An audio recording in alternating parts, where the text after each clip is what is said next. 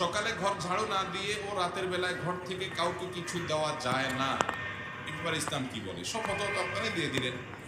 ঘর ঝাড়ু না দিলে এবং রাত্রেবেলা ঘর থেকে কাউকে কিছু দেওয়া যায় না, এগুলো মিথ্যা কথা ভাই। আপনি যদি কাউকে কিছু দিতে চান, দেওয়ার প্রয়োজন মনে করেন, উপযোগী মনে করেন, তো সকালেও দিতে পারেন, দুপুরেও দিতে পারেন, রাতেও দিতে পারেন। আর রাতের বেলা কেউ চাইলে কিছু দেওয়া যাবে না, এগুলো ভিত্তিহীন কথা। আমাদের দেশে অনেক দোকানদার আছে, প্রথম কাস্টমারটা যদি বাকি চায়, কি চায়? বাকি চায়। দোকানদার বলে, হাই রে, আজকে যাত্রাটাই শেষ আমার। আমি জানো একটা দোয়েল পাখি। বাকি চাওয়া লাগে না। যদি টাকা ভাঙতি করতে যায় কোনো দোকানদারের কাছে, তো মেজাজটা গরম হয়ে যায় যে আজকে যাত্রাই শেষ করলি আমি। এগুলো শিরকপূর্ণ বিশ্বাস।